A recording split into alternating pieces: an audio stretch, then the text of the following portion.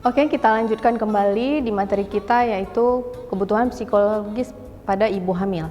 Nah, tadi kita sudah membahas tentang support dari keluarga dan support dari tenaga kesehatan. Ini kita lanjutkan untuk support dari tenaga kesehatan lainnya. Komunikasi. Nah, tenaga kesehatan itu harus banyak memberikan komunikasi yang baik.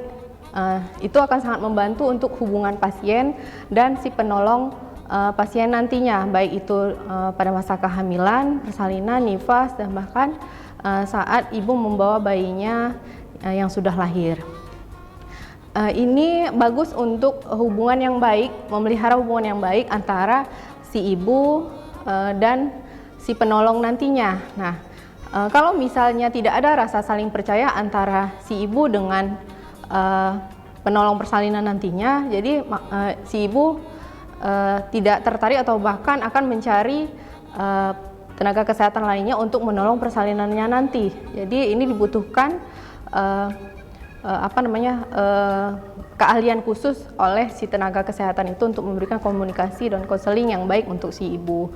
Kemudian tenaga kesehatan juga harus memperhatikan prinsip-prinsip komunikasi yang bisa dilakukan untuk diberikan kepada ibu hamil tersebut.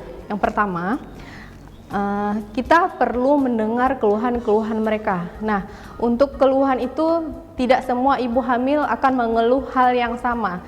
Jadi banyak keluhan-keluhan yang mereka rasakan. Jadi tidak semua sama. Kalaupun sama, bisa diberikan saran yang serupa pula. Keluhan-keluhan tersebut bisa jadi yang pertama, kalau baru mengalami kehamilan itu biasanya ibunya sering merasa ingin BAK atau buang air kecil sebentar-bentar, karena itu merupakan hal yang fisiologis ya.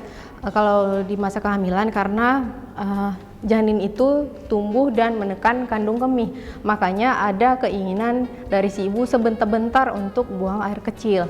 Kemudian ada juga si ibu yang mengeluh mual muntah di pagi hari. Nah itu tapi tidak semua ibu hamil juga merasakan hal yang serupa juga. Kemudian ada juga ibu yang mengalami pusing, mata berkunang-kunang, sakit kepala. Nah itu juga termasuk keluhan atau tanda bahaya pada ibu hamil. Jadi sebaiknya saran apa yang bagus untuk diberikan oleh tenaga kesehatan itu juga perlu pengetahuan khusus juga untuk si pemberi konseling tadi. Kemudian jangan lupa topik pembicaraan dan berpindah ke masalah yang lebih mudah atau lebih menyakitkan, tetapi tunjukkan empati Anda. Nah ini juga diperlukan keahlian khusus oleh tenaga kesehatan. Jadi apa yang dikeluhkan oleh ibu hamil tadi, baiknya si pemberi konseling juga tidak lupa akan masalah yang sedang dihadapi oleh ibu hamil. Kemudian yang ketiga, harus membantu ibu keluar dari persoalannya. Jadi apa yang dibutuhkan oleh ibu hamil tadi, itulah saran yang terbaik yang diberikan untuk dirinya. Jadi apa yang tidak dibutuhkan sebaiknya kita tidak usah memberikan konseling yang berlebihan atau kurang atau bahkan berlebihan, karena kadang tidak semua ibu yang mau mendengarkan apapun dari komunikasi yang mereka tidak butuhkan. Ini tidak semuanya sama. Kadang ada ibu yang memang mau mendengarkan hal yang lain yang di luar masalah itu, dan ada ibu hamil yang memang apa yang dia resahkan, itu saja yang dia mau terima. Udah, berarti si pemberi konseling tadi juga lihat sikonnya, keadaannya. Apabila ibunya memang tidak mau mendengar lagi, ya sudah gitu. Kemudian beritahu ibu atau pihak keluarga mengenai apa yang terjadi sebanyak mungkin yang Anda dapat. Nah, baik si ibu ataupun si pendamping ibu, misalnya suami atau bahkan keluarganya yang lain, juga harus tahu apa kebutuhan yang ibu harus penuhi dan jalanin selama kehamilan ini. Jadi kalau misalnya ibu hamil ini tidak sanggup untuk menjalani hari-harinya, misalnya nih lagi mabuk berat atau mual muntahnya berlebihan.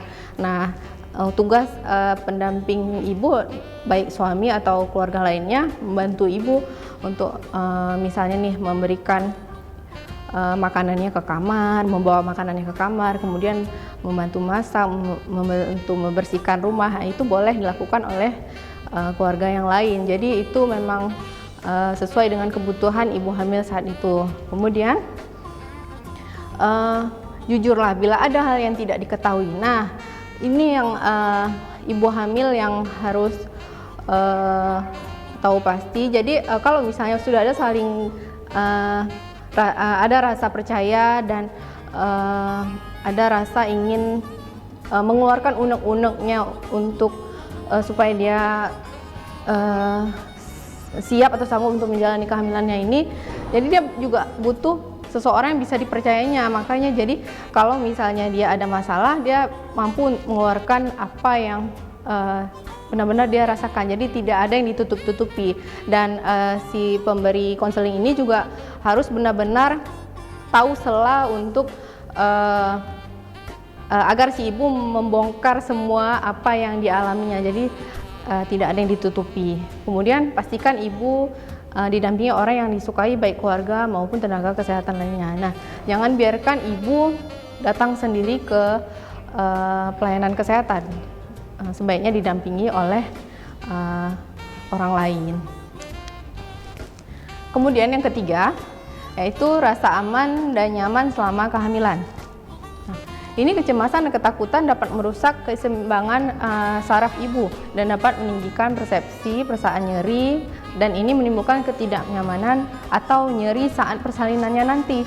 Jadi kalau misalnya si ibu juga merasa takut, merasa tidak aman, tidak nyaman dalam kehamilannya itu akan terbawa nanti sampai ke persalinan. Bahkan yang ini memang betul-betul butuh support dari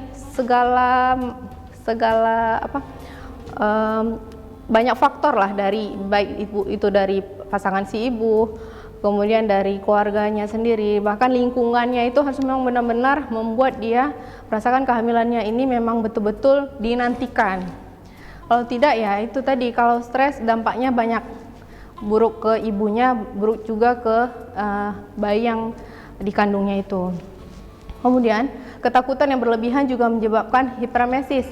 Nah, ini hiperemesis itu mual muntah yang berlebihan. Harusnya dia hanya 0 sampai 3 bulan saja di trimester pertama merasakan mual muntah, tapi di trimester kedua, bahkan di trimester ketiga, trimester kedua 4, 5 sampai 6 bulan, bahkan trimester 3, 7, 8 sampai 9 bulan itu juga mual muntah. Itu bahayanya. Jadi itu kan padahal dia hanya ketakutan saat hamil itu aja, tapi terbawa ke psikisnya. Jadi dia mual muntah sampai dia berakhir kehamilannya itu. Kemudian dia membuat si ibu menjadi kurang tidur. Kurang tidur juga karena dia stres tadi, takut. Kemudian juga dia ada kontraksi yang berlebihan dan nyeri saat persalinan. Kemudian untuk mengatasi nyeri saat persalinan ini, maka kita perlu melakukan psikopropilaksis obstetrik atau rasa aman dan nyaman ini dimulai selama kehamilan. Oke, kita break dulu setelah pesan-pesan berikut ini.